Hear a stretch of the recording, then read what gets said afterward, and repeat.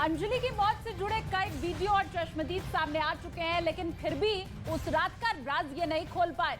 वही पूरी जांच सीसीटीवी वीडियो पर निर्भर है, लेकिन उन सीसीटीवी वीडियो की टाइमिंग पर कई सवाल उठ रहे हैं।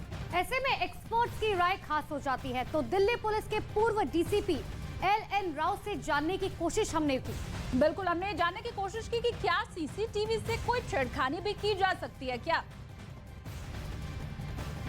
तमाम सीसीटीवी फुटेज देखे हैं, आपको पहले तो कैसा लगता है इन तमाम सीसीटीवी को देखकर कि इस जांच में कितना अहम योगदान इन फुटेज का है? देखिए, सीसीटीवी फुटेज एक साइंटिफिक एविडेंस है और ये जांच को आगे बढ़ाने में या जांच को मदद करने में लिए बहुत काम आती है जी। अगर वो सीसीटीवी फुटेज सही टाइमिंग और सही है, एडिटिंग नहीं है या कोई ऐसे उसमें साथ छेड़छाड़ नहीं की है, तो बहुत मदद मिलती है इन्वेस्टिगेशन में उनकी। हाँ, लेकिन अगर हम इस मामले की सीसीटीवी देखें तो जैसे कि अभी अगर आप देखेंगे अपने कैमरे पर दिखाएंगे तो आप ये सीसीटीवी है जब रात को जो अंजलि की दोस्त थी निधि, वो अपने घर पहुंची और सीसीटीवी में दिखाई दे रहा है कि घड़ी में 1:36 का समय हो रहा है और यहाँ पर निधि तस्वीरों में देखी गई कि वो घर के बाहर खड़ी हुई है। तो राव साहब, क्या ये संभव है कि 1:36 पर निधि अपने घर पहुंच जाए? क्योंकि पुलिस की कहानी और जो जांच अभी तक ये कहती है कि जो घटना है वो 2 बजे के बाद हुई है।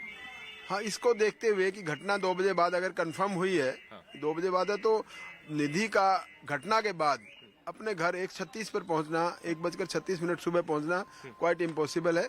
ये तभी पॉसिबल हो सकता है जब सीसीटीवी जो कैमरा है उसकी जो मॉनिटरिंग में छेड़छाड़ की गई हो, उसका टाइमिंग बदला गया हो। लेकिन वो all points are for investigation की इन्वेस्टिगेशन ऑफिसर है, वो देखेगा कि क्या सारे हालात हैं, कौन सी बात है, वो सारी चीज देखनी पड़ेगी। अगर सीसीटीवी की टाइमिंग के साथ छेड़छाड़ हुई है तो वो एक्सपर्ट जो भेजेंगे वहाँ FSL में, वो उसको निकाल के ढूंढ पाएंगे। तो अंजलि की मौत के मामले में एक सवाल ये भी है कि आखिर अंजलि और उसकी दोस्त निधि की उस रात की गतिविधि वीडियो के जरिए सामने आ चुकी है, लेकिन उतने वीडियो आरोपियों के आखिर ट्रैक क्यों नहीं हो पाए?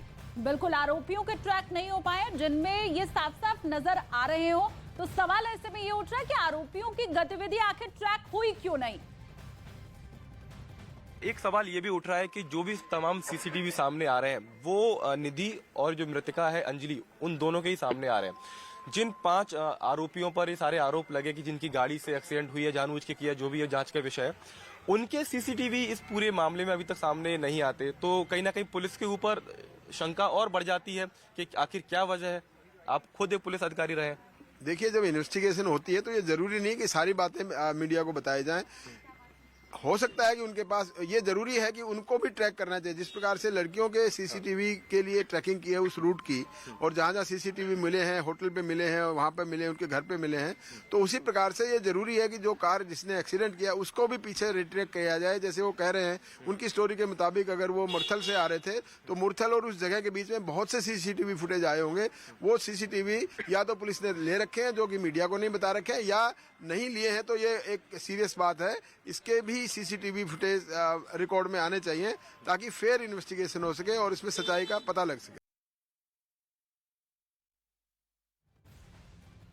तो एक्सपर्ट्स देखिए, दरअसल ये साफ तौर पर कह रहे हैं कि बहुत सारी चीजें जो है वो अब समझनी होंगी। फिलहाल इस केस में पुलिस को समझने के लिए, समझाने के लिए, क्योंकि सवाल लगातार कई बने हुए। लेकिन अंजलि की दोस्त निधि ने देखिए ये बताया था कि अंजलि ने ड्रिंक करी हुई थी, लेकिन अंजलि का परिवार निधि का ये जो बयान है, निधि का जो दावा है, उसे पूरी तरह से खारिज कर रहा है और पोस्टमार्टम रिपोर्ट का हवाला दे रहा है जिसमें शराब पीने की पुष्टि नहीं हुई है। ऐसे में हमारे एक्सपर्ट से सवाल था कि क्या पोस्टमार्टम रिपोर्ट में शराब पीने की पुष्टि होती है या फिर विसरा रिपोर्ट से ही गुत्थी सुलझ पाएगी। घटना के करीब 48 से ज्यादा घंटे के बाद निधि सामने आई और उसने बताया कि मैं भी एक्सीडेंट के समय, वारदात के समय वहां पर मौजूद थी, और उसने एक संगीन आरोप राव साहब ये लगाया कि अंजलि ने शराब पी हुई थी। पोस्टमार्टम हुआ है, कैसे उसकी बातों पर भरोसा किया जाए? और दिल्ली पुलिस ये क्यों नहीं नकार देती कि पीएम में तो ऐसी जानकारी मिली नहीं है उसने शराब पी रखी थी, तो निधि की बातों पर कैसे भरोसा करेगा उसने शराब पी रखी थी? देखिए, पोस्टमार्टम करने वाले डॉक्टर्स हैं, वो उसके पेट में शराब है या नहीं है उसको निश्चित रूप से कंफर्मेशन नहीं दे सकते। वो ये कह सकते हैं पेट में क्या क्या मिला उनको, जो पोस्टमार्टम किया तो पूरा चीर फाड़ करके देखते हैं कि क्या क्या चीज मिली है। तो वो ये तो नहीं कह सकते कि ये शराब है या कोई और लिक्विड है। उसका पता तब चलता है जो विसरा उसका प्रिजर्व किया है। विसरा जाएगा केमिकल एनालाइज करने के लिए, तो केमिकल एनालिसिस करने वाला जो FSL का डॉक्टर है वो बताएगा इसमें कि ये जो विसरा में जो उसका धोमन बोलते हैं, उसको हिंदी में धोमन बोलते हैं, पेट के अंदर की जो कंटेंट्स हैं, वो स्पाइन है होती है और कई चीजें होती है, उसमें शराब के कांटेक्ट हैं या नहीं है, वो विसरा के एग्जामिनेशन से पता चलेगा, ना कि पोस्टमार्टम एग्जामिनेशन से पता लगता है। तो ये अंदाजा लगाया गया होगा, डॉक्टर ने कहा होगा कि शायद इसमें नहीं है। उसी बात को लेकर पुलिस ने या पब्लिक ने या मीडिया ने मान लिया कि उसने शराब नहीं पी रखी। लेकिन शराब पीना या नहीं पीना इसका निश्चित रूप से विसरा के रिपोर्ट के बाद ही पता चलेगा।